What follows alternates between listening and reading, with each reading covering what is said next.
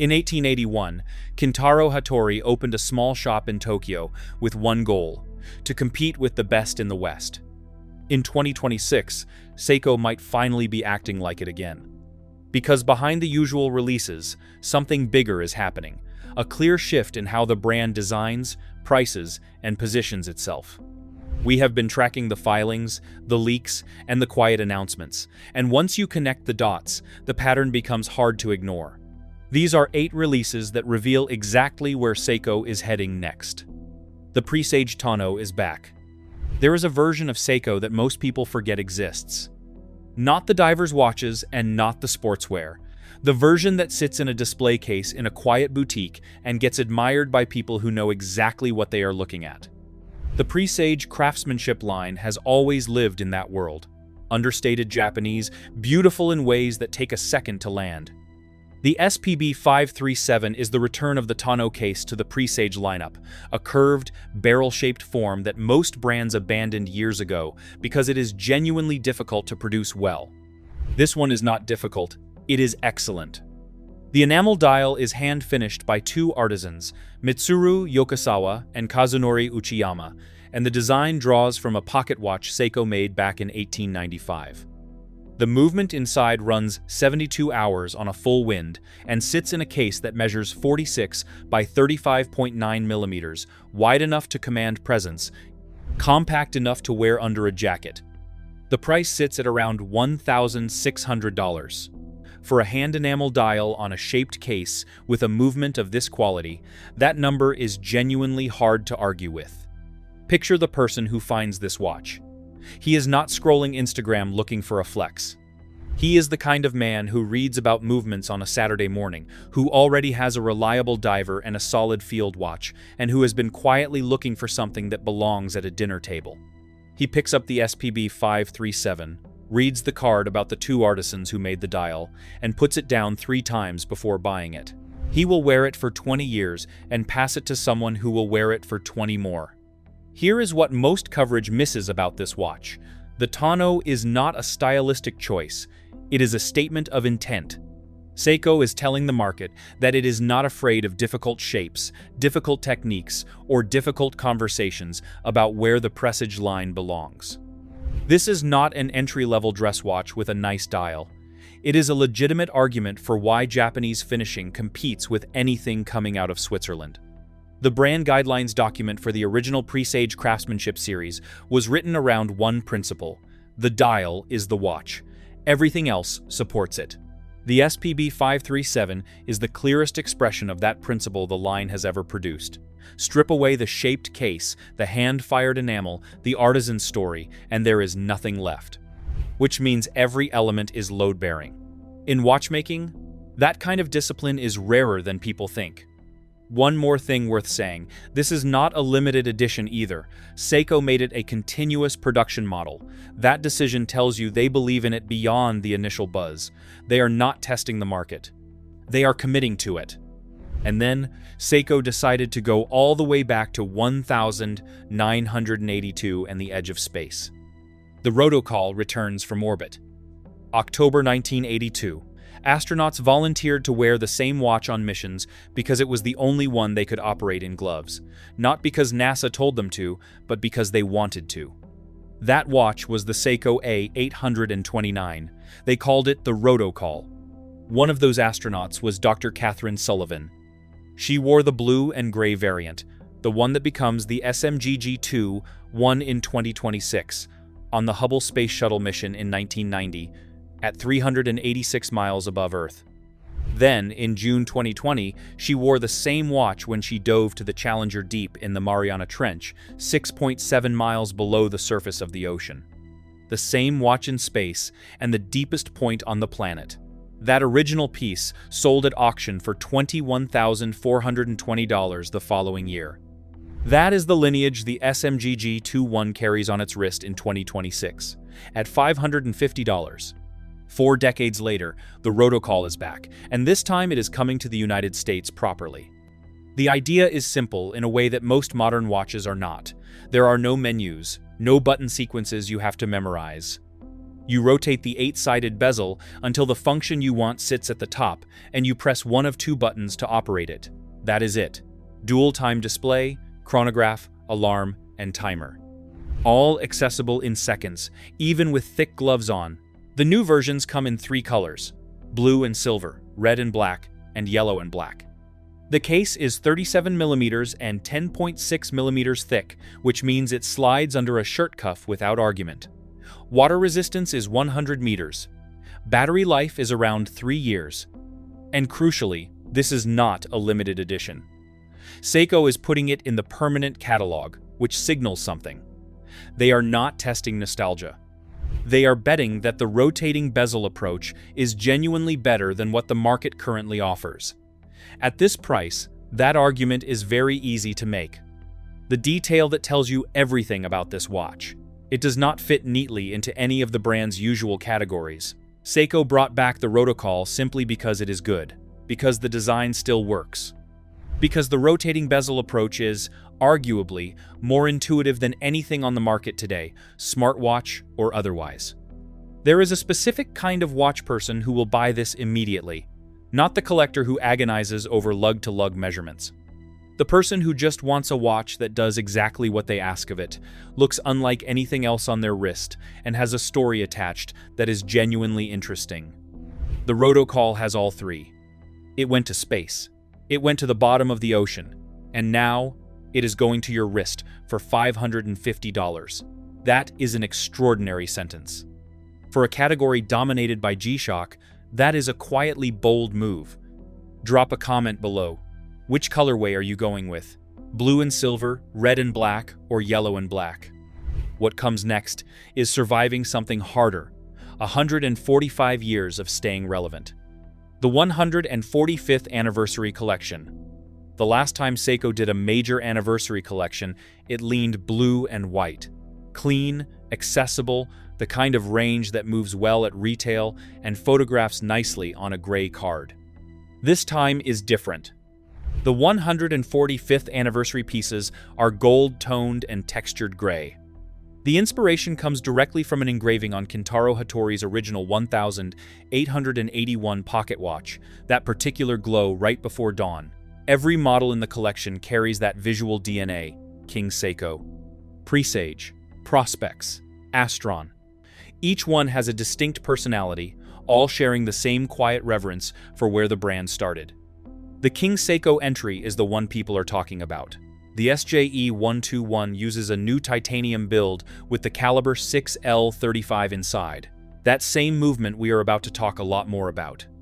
The Tokyo cityscape-inspired pattern on the dial catches light from different angles depending on how you hold it. It is the kind of dial that looks different in the morning than it does under restaurant lighting at night. That is not an accident. That is design doing its job. The lug-to-lug geometry sits at 46mm. Each variant runs $3,300. That is the number that matters. Not because it is shocking in isolation, but because it is the King Seiko line, a name that historically lived in the $300 to $800 range for most of its commercial life. Seiko is now asking $3,300 for it. That is not a modest price increase. That is a repositioning disguised as an anniversary.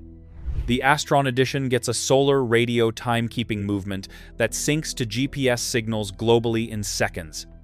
No winding, no setting, you step outside, and the watch silently figures out where on the planet it is and corrects itself. In the context of an anniversary collection honoring a man who spent his life obsessing over accuracy, that detail lands with real weight. The Prospex version brings the same rugged soul wrapped in the dawn motif. And the Presage tonneau already appeared at number 7 on this list. It belongs to this family too. What is interesting about this collection as a whole is how consistent the aesthetic discipline is. Gold accents appear on every reference, but never loudly. The gray dial texture surfaces across all 4 lines in different expressions. It does not feel like 4 separate design teams were handed the same brief and told to run with it. It feels like one long conversation held over several years, finally being made visible in product form. Take them together, And what you have is a company drawing a line in the sand. Below this line, everyday Seiko.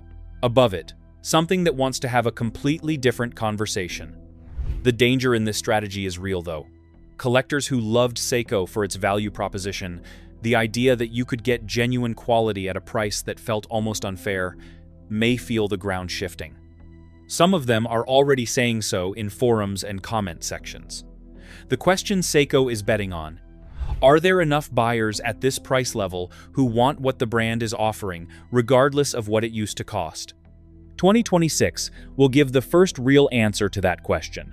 145 years, but Seiko's biggest technical statement this year is not about heritage. It is about competition.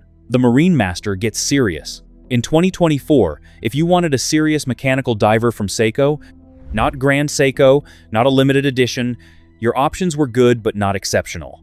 The movements were capable, and the cases were solid. The gap between Seiko and Tudor or Omega in the technical column was there, and people noticed. 2026 closes that gap. The new HBF 001 Marine Master is not a limited edition. It is a continuous production model, and it is running the caliber 8 L45, a movement that, before this year, lived exclusively in higher-tier pieces as a mark of distinction. Seiko has now placed it in a watch that will sit on the shelf indefinitely. That decision is significant. The 8L45 is no longer a reward for special occasions. It is the new baseline. And when a brand raises its baseline, everything that was above it has to move too. 42.6mm case, 300 meters of water resistance, 72 hours of power reserve, plus 10 to minus 5 seconds per day accuracy, that beats the ISO standard for certified divers' watches by a margin that actually matters in practice. The case uses a deep black dial with a fine-grained texture designed to absorb light rather than reflect it, meaning the beveled indexes catch the beam instead of the dial surface competing with them. The effect in person is that the indexes seem to float. On paper, it sounds like marketing language. On the wrist, it reads as craft. There is also a Jamstec collaboration variant, the HBF 002, with an Arctic blue gradient dial inspired by the path an icebreaker cuts through frozen ocean. The blue deepens toward the center and sits under a thick, clear coating that makes the dial look like it has depth you could fall into. Both arrive in July at $3,600. The diver who has been buying Tudor Black Bay models for years is exactly the person Seiko wants talking. That person knows what a well-finished movement feels like.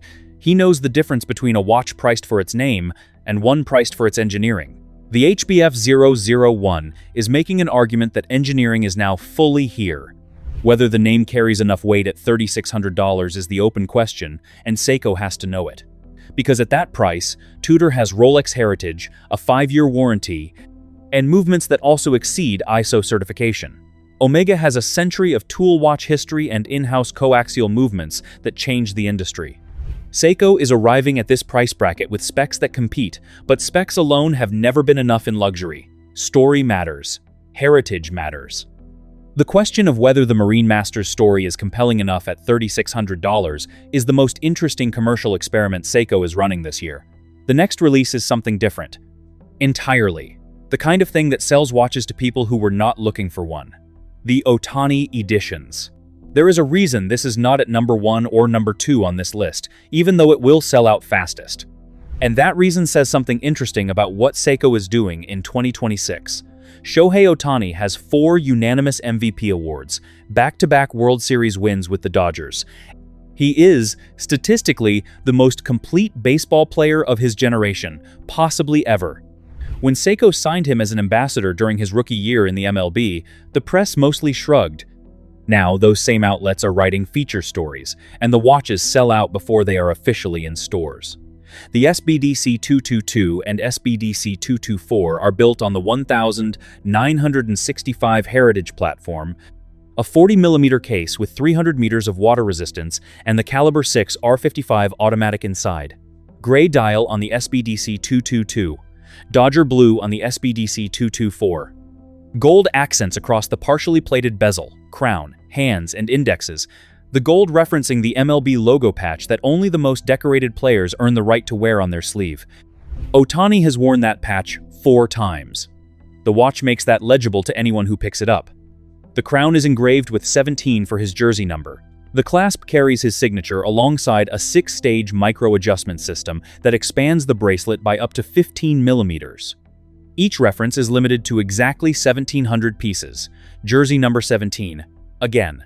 They drop on April 24, available only in Japan through Seiko boutiques and select authorized dealers, priced at around $1,832 each.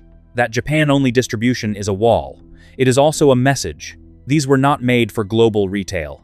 They were made for the collector who tracks down what they want, for the fan who already knows why the number 17 appears twice on the same watch. The exclusivity is part of the design, and Seiko is leaning into it deliberately. Think about the Dodger fan in Los Angeles who has followed Ohtani since his Angels days. He is not a watch collector. He has probably never been inside a Seiko boutique. But something about this story, the jersey number in the crown, the signature on the clasp, the serial number on the caseback, connecting his piece to one of 1,700, makes him want to own one. Getting it from Japan will be a project. He will figure it out.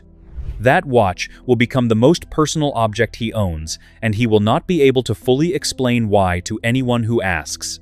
What nobody says about the Ohtani collaborations, Seiko has now done 3 of them, each more refined than the last.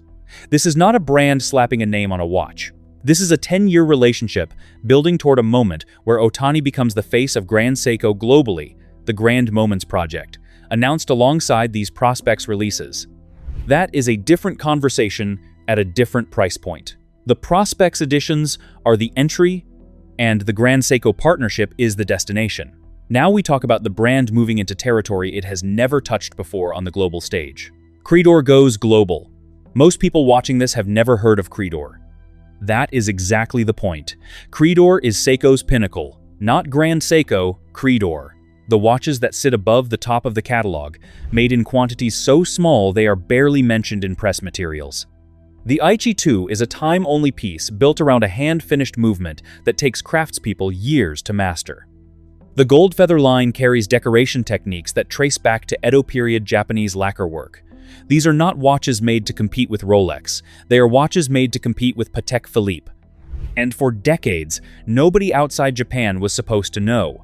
The Kuon, likely the centerpiece of Creedor's Geneva debut, has a porcelain dial that is not printed. It is fired. Multiple kiln stages, each capable of destroying the piece if the temperature deviates by even a small amount. The failure rate is high enough that Creedor does not discuss it publicly. What survives the process has a depth and a quality of light that photographs cannot capture. You have to hold it. The people who have held it do not reach for a comparison. They just go quiet for a moment. In April 2026, Creedor walks into Watches and Wonders for the first time. Not as a sidebar, but as a listed exhibitor. In Geneva, next to Patek, Cartier, and Audemars Piguet. This is not a small thing. Watches and Wonders is where the Swiss establishment makes its yearly argument for why it leads the world in fine watchmaking. Creedor is about to stand in that room and make a counter-argument. Quietly, precisely, in the way only Japanese craft knows how. Here is the thing about Geneva that most watch media do not say. The crowd that walks through that exhibition is not impressed easily. These are people who have handled a split-second chronograph before breakfast and discussed a complicated repeater over lunch. For Creedor to land in that room and make an impression, not just get polite attention, but actually move people, the pieces need to be beyond reproach. Based on what the Aichi 2 and the Kuon already represent, they are. Here is what this moment actually means. Seiko is done keeping its best secret. For decades, Creedor existed as a trophy for Japanese connoisseurs. Now the brand is asking the global market to take a position on whether Japanese haute horlogerie belongs in the same conversation as Swiss. The answer is yes. Creedor has always known it. And the world is about to find out. That woman who has spent a decade selling Audemars and Vacheron at a luxury boutique in Paris is going to see the Kuon dial for the first time this April. Something will shift. It will be quiet, the way the most significant things always are. And then she will start recommending it. And that is how a brand that nobody outside Japan knew about becomes one that everybody in fine watches is suddenly talking about. However, back in Tokyo, 7 Seiko designers are asking a completely different question. Before we move on to the next part, let me tell you this. Most people don't realize this, but buying a watch the wrong way can cost you thousands, and you won't even notice it until it's too late. You walk into a store or browse online, and everything looks the same, but behind the scenes, there's a system. Prices aren't always fair, availability is controlled, and one bad decision can leave you overpaying for something that doesn't even hold its value.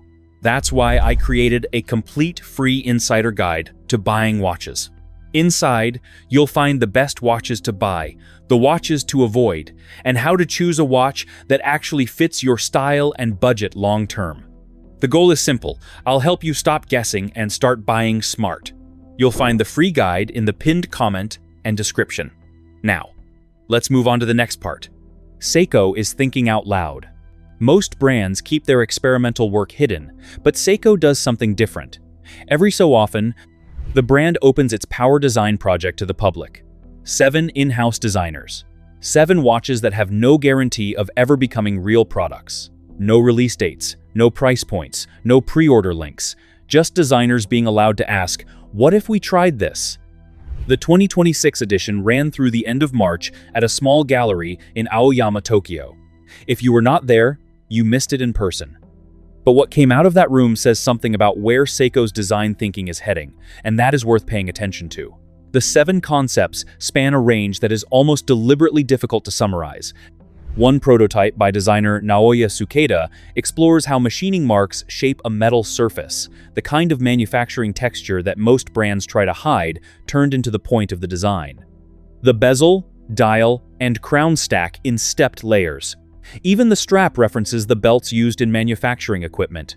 It is a watch that is honest about how it was made, and that honesty becomes its aesthetic. Design director Yu Ishihara brought a spherical case, a rounded form that curves from front to back and uses the interplay of polished and brushed finishes to make the shape readable under light. Takuya Matsumoto, who works on Seiko's premium lines, submitted a dial divided into 4 quadrants: spring rivers, summer sun, autumn skies, winter snow. Seasonal imagery is expressed in texture and tone rather than illustration. The kind of dial that changes meaning depending on when you look at it. Kento Ito built a concept around winding. Not the hidden mechanical act of winding, but the tactile, deliberate experience of it. In his design, rotating the bezel wins the movement. The offset hands create space for a larger power reserve display. It reframes something most watch wearers never think about and turns it into the central interaction. That is a genuinely interesting idea, and the kind of thing that tends to appear in concept form a few years before it appears in production form. Miho Wada, who is the design director of Credor, which you just heard about at number 3, contributed a dial made almost entirely of hour marker elements. 23 individual index components are arranged so that the surface shifts and reflects under light, depending on the angle. No traditional dial, just the indexes composing the face. It is severe and beautiful at the same time. Akihiro Hasegawa experimented with time itself, specifically the day indicator. His concept shows the current day in both Japanese and English while previewing tomorrow. Blue for Saturday, red for Sunday. The traditional Seiko colorway applied to a watch that is quietly asking, why does a watch only ever tell you where you are and never where you are going? And then there is Tenchan. Designer Yuki Omori made a cat, not a watch with a cat on the dial, a cat that is the watch. The tail indicates hours, the feet mark minutes, and the hands act as seconds. The case lugs are shaped like paws, with paw pad detailing on the underside. The cat's name is Tenchan. It is completely absurd and completely charming, and it sold out of the exhibition as a conversation topic before the first weekend was over. None of these 7 watches may ever go into production. Some of them probably will not. But the rotating bezel winding concept has the kind of functional logic that tends to resurface in a catalog within 3 to 5 years. The machining texture aesthetic is already visible in other 2026 releases. The seasonal dial concept is one conversation away from a presage craftsmanship entry. The cat might stay a cat, but it tells you something important. Seiko in 2026 is a brand that is not afraid of itself, and brands that are not afraid of themselves tend to do their best work. Somehow, all of these points point toward a brand pushing the most anticipated announcement of the year. The Grand Seiko Compact Spring Drive Diver. This one has not been officially announced. That sentence usually means Do not get your hopes up. Not here. There is a trademark filing in the United States for Grand Seiko Spring Drive UFA Ushio. There are patent applications from Epson, the movement division behind Grand Seiko, for a thinner dive bezel construction, a locking dive clasp, and a bracelet extension specifically designed for underwater use. The inventors named on these applications are the same people who built the micro-adjust clasp already featured on current Grand Seiko divers. These are not coincidences.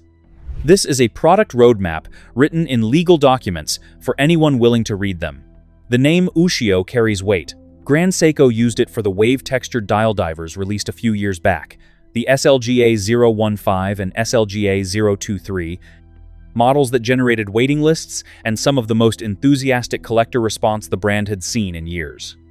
Those watches proved something the brand did not entirely anticipate. People wanted a Grand Seiko they could actually take into the water.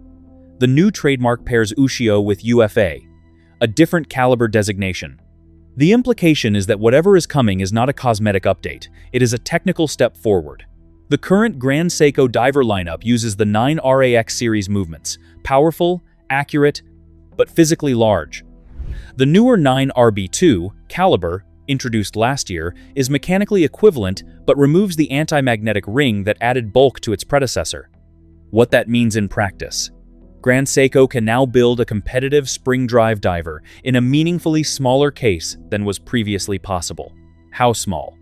The most credible predictions put it between 41 and 43 millimeters. Not the 38 to 40 millimeters that some fans are hoping for. Grand Seiko's engineers are realistic about what happens to movement housing and dive certification at that case diameter. The spring drive itself is worth pausing on because it is the reason this watch matters beyond its dimensions. The spring drive is not an automatic watch, and it is not a quartz watch.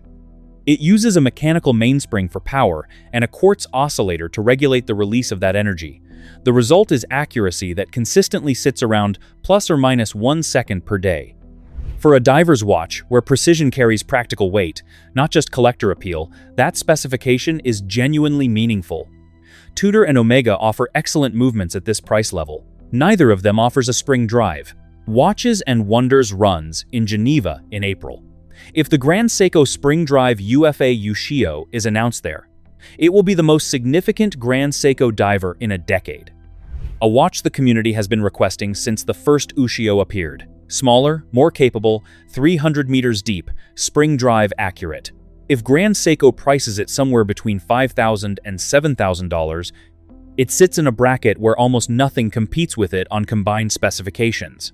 If this watch lands the way the evidence suggests it will, it changes what is possible at the upper end of the tool watch market.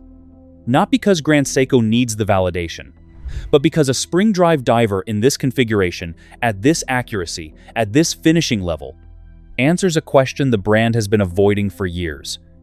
Can you make something beautiful and take it into the deep? The answer appears to be yes. We will know very soon. 8 releases. One Direction.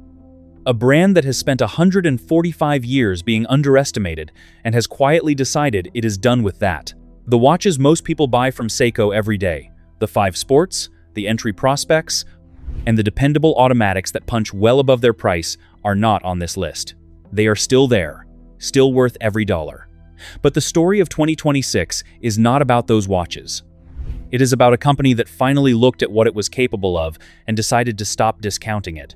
If you want to be the first to know when the Grand Seiko UFA Ushio is officially confirmed, subscribe and hit the bell.